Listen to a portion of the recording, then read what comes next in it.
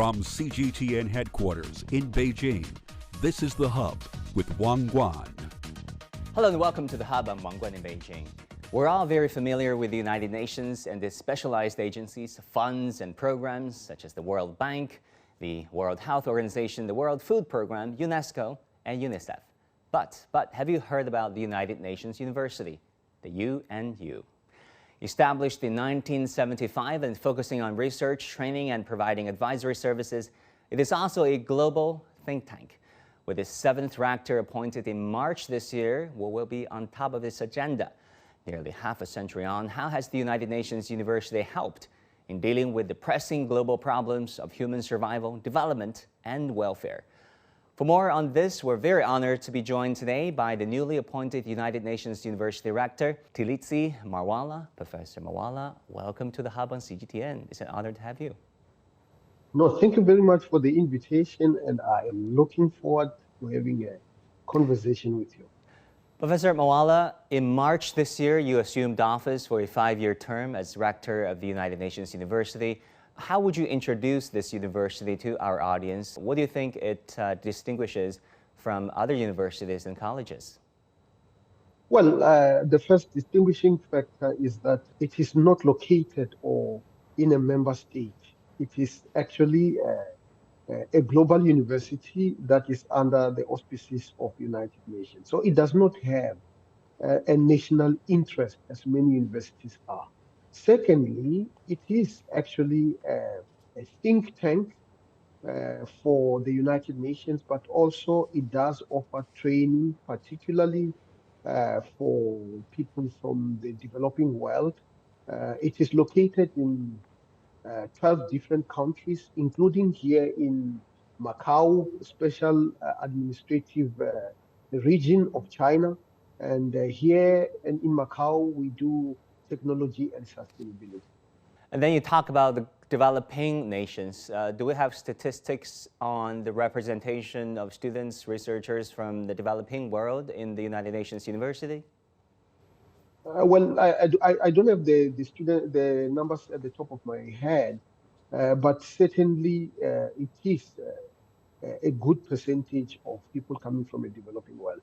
One of the biggest dilemma of United Nations University is that many of its institutes are actually located in the developed north. We have institutes in Germany, Finland, Holland, Belgium, United States, and Canada. And only in the developing world is China, it is Malaysia, it is Ghana, and Venezuela. So there is a need for us to expand our representation in the global south. The United Nations University was established in 1972 and inaugurated in 1975. Now, half a century on, what has been its major contributions in your opinion, and in what fields? And during your tenure, what are the priorities and expectations from you as rector? Well, there are many things that United Nations University has contributed to. Just last week, it was a secretariat for a high-level advisory board on effective multilateralism, and which the report, which was co-chaired by the former president of Liberia and the former prime minister of Sweden. But the brain that drafted the report was actually the United Nations University, and I had the privilege of being in the room when we handed over the report to the Secretary General of the United Nations. Now, when it comes to what I would like to achieve, I would like to ensure that United Nations University is much more visible globally, both in the global south and the global north. Secondly, I would like to expand its teaching and learning as well as policy relevant research. And thirdly, I would like to expand into the global south, and United Nations University can actually act as a bridge that connects universities in the global south to universities in the global north. Now, specifically, when I have to go back to the issue of what we have done, just here in Macau, in our institute, that primarily has focused on technology and sustainability. The work around artificial intelligence has been done here the work around representation in technology by women is another piece of work that has been done. The work around cybersecurity, which is really going to be the next frontier of global conflicts, is also the work that has been done here in Macau. Rector Marwala, if you look at great universities history has offered, many of them, if not the majority of them, are privately owned and privately initiated. If you look at Yale, Stanford, and Harvard, and Oxford, how confident are you that the United Nations University can somehow blaze a new path? And if so, what would be the end goal from you for this university? Our main advantage is that we are a neutral partner. If you look at Yale, it primarily is an American university, which means that very much part of its agenda is to assist the American economy. If you look at Oxford, it is a British university. So you can never really separate the national mandate from national universities because that is why they are there. Even though they are private, Yale is private. If you look at the amount of grant funding they receive from government, it's actually quite substantial. Now, what distinguishes us is that we really do not have a national mandate. We have a global mandate. So problems of sustainable development goals, which require global cooperation and solidarity, perhaps can be done better by us than by those universities. If you look at issues of peace and security, of course, there's a huge amount of capabilities in national universities, but I think we are easily a trusted party because our mandate is exactly that. Our values are values of the United Nations, which is really global peace and security, as well as sustainable development. Right, you're currently in Macau, China. How would you envision cooperations to be like between the university and Macau in particular and China at large? No, absolutely. We want the United Nations University in Macau to be bridge that connects greater world at large through the United Nations and its values to China. For example, yesterday we were celebrating our 30th anniversary, and we had a representative, the country leader of the United Nations in China, as well as ambassadors from many different countries. So, how are we envisaging the future? I think we will have to cooperate more with universities in Macau. There are great universities in Macau, but also with universities in mainland China. And I am looking forward to that cooperation dealing with the problems that we here at the United Nations are actually worried about. The fact that we have not been able to meet sustainable development goals. For example, only 12% of the goals have been met, and 50%, we are trailing behind, and the rest we have actually gone backwards. So, and the United Nations University, together with our partners in the wider world and in China, are going to work in collaboration to achieve this. Rector Marwala, talking about Sustainable Development Goals, you co-hold 5 patents and have been committed to leveraging technology and global connectedness towards the pursuit of Sustainable Development Goals and the solutions of them. Regarding the SDGs, in what aspects, in what areas do you see gaps that technology could perhaps plug? I think technology can plug gaps in all SDGs. I'll just give you an example. SDG 1 and 2, reduction of poverty and elimination of hunger. It is quite clear the role of technology in agriculture is going to be quite important to deal with issues of hunger. It is quite clear that the role of technology in production, and of course, SDG 12 basically prescribes that we have to responsibly produce. But the role of that in elimination, in reduction of poverty is very, very key. If we go and talk about issues of SDG 4, which is around health, Technology is a big equalizer in health because it is going to reduce the cost of health. So all SDGs require technology to be moved forward.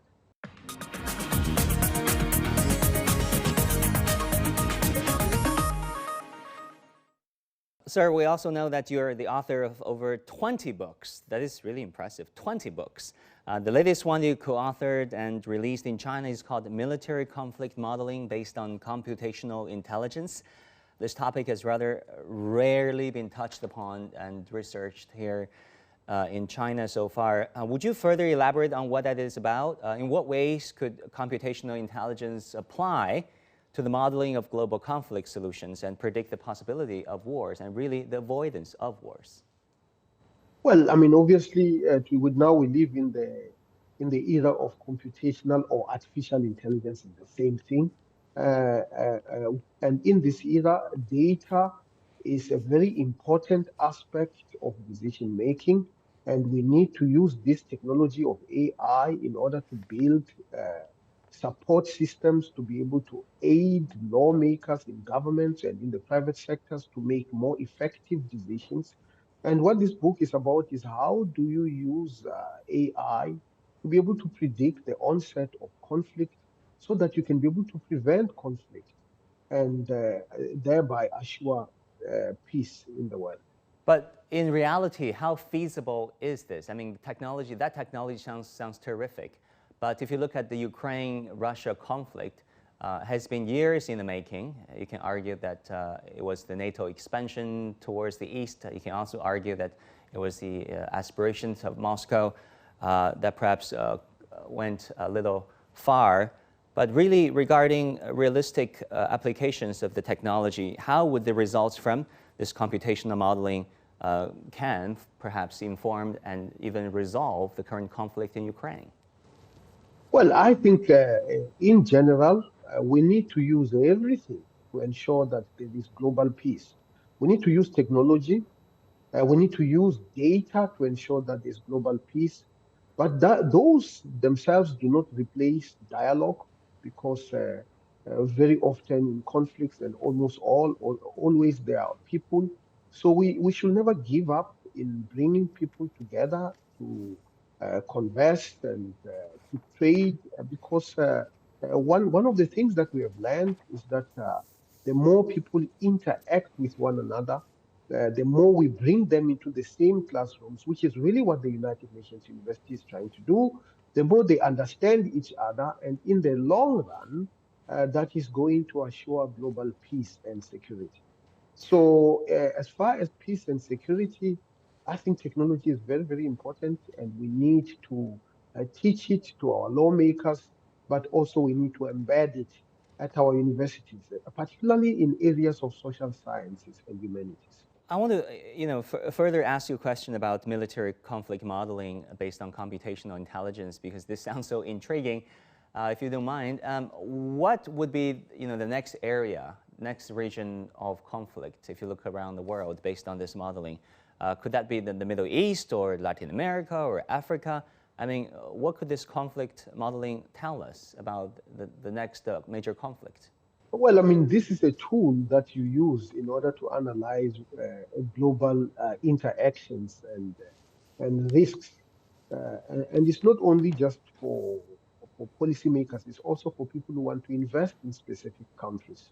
Now, I'm not going to get into the specificities of countries as an international civil servant, but certainly I would say that as a matter of principle, we need to use information to be able to understand the future, and we need to be able to use information to be able to plan for the future. What we need to do is to promote, given our understanding of how the future looks like, we need to deploy, get people together so that they can converse more, so that they can trade more, so that ultimately peace can prevail in the future. You have also been a visiting scholar and professor at universities across the world, the United Nations, the United Kingdom, China, and South Africa, with extensive academic and policymaking experience across different countries and cultures. What do you reckon is key to cross-cultural communication? And in the face of current geopolitics and power politics, in what areas is international collaboration urgently needed? Well, I think the first one, we need to get people to interact more. And universities are very good spaces in order to do that.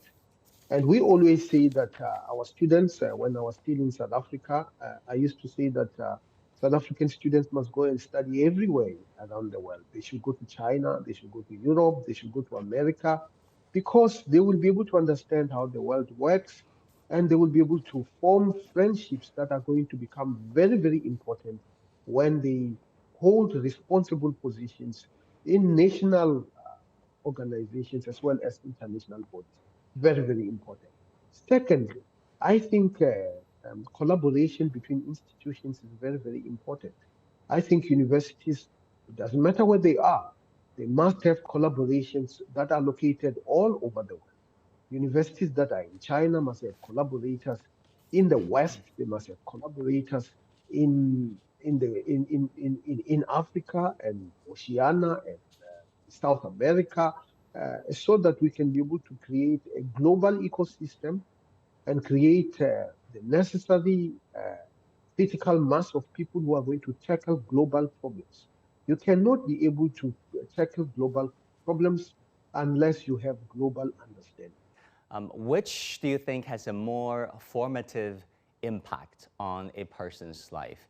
Is it college education, schooling, or the career path? How formative do you think a university education can really give to a person, in their early 20s? A human being is a complete entity. So what happens in primary school, for example, is just as important, maybe more important. What happens at college is also quite important. And then what happens at the workforce is actually quite important.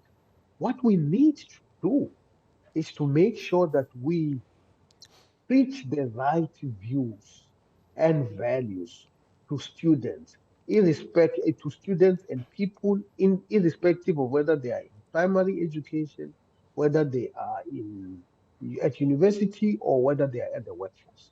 What are some of these values? I think ethics is very, very important. I think the pursuit of harmony in society is a very important concept that we continuously has to teach, whether somebody has graduated from university and they are in the workforce, or whether they are at the workforce. Now, specifically touching your issue, what makes people go into their own path? Really, it is because human beings are affected by other factors rather than just what happens at inside the classrooms. Because even when you were studying with these people, they had homes, they probably had their own beliefs and so on and so forth. So it's actually a complete set of things that influence what happens to society. And what we should do as educators is that we should never give up about teaching the right values, irrespective of whether one or two people are going to go their own path and violate those values. You know. Can you also tell us the current state of education from the perspective of being the rector of University of United Nations? Because we know that in the past 3 years, the education sector really suffered because of COVID. So many classes moved online, so many interactions among students and teachers went online, and many are worried. Well, I mean, I think the future of education is blended. As we move forward, just the physical classrooms, which are actually very, very important, will have to be augmented by digital technologies. Learning today, effective learning today, will necessarily have to involve the use of digital tools in addition to the normal classrooms. One of the things that is now quite possible, and we learned it from the last 2 years, is that you can have a project, a group project in a classroom, with members who are working together, who are located in one part of the world, say China, and another member located in the African continent, another member located in Europe and North America.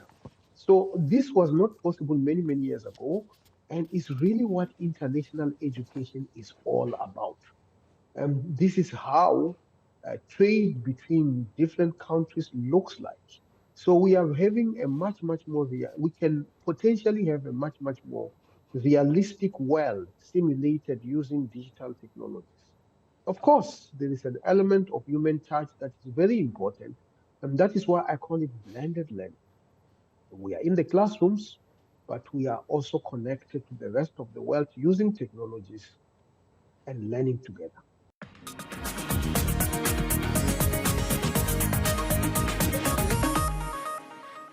I want to move on and talk about some of our problems, challenges of the world. As the world seems to be bogged down in multiple crises, be it the conflict in Ukraine, climate change, high inflation, how do you think we could find a common way forward? And what are some of the most salient problems that you want to bring to the attention of our viewers right now? Well, I think the big issues that are driving our world is obviously sustainable development is very important. I think the advent of artificial intelligence and what it is doing. We have heard about Chat GPT and what AI is doing in the health sector, something that our institute here in Macau is actually working on. We have also heard about how all these technologies have ethical implications. We have to make sure that these technologies actually work responsibly. They have to be responsible. They should not harm people, but they should work for the benefit of people. And of course, the global conflicts that we see today are some of the big issues that are defining the world. Now, as an educator, what do we do about these problems? We need to embed them into our education. Uh, Digital literacy is becoming almost a necessary condition for every citizen to be able to use digital technologies.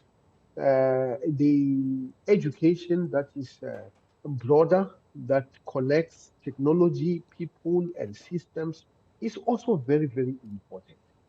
The issues of the internationalization of education is very, very important to, to promote global friendship and eliminate wars and conflicts. And then, of course, we are living at a time when the economy is changing, where the future of work is drastically changing. Factories are increasingly having machines in their production lines, which means whether it is the psychology of a human being working with a machine or whether it is the economy that is going to emerge out of that is something that we have to study very, very, very seriously.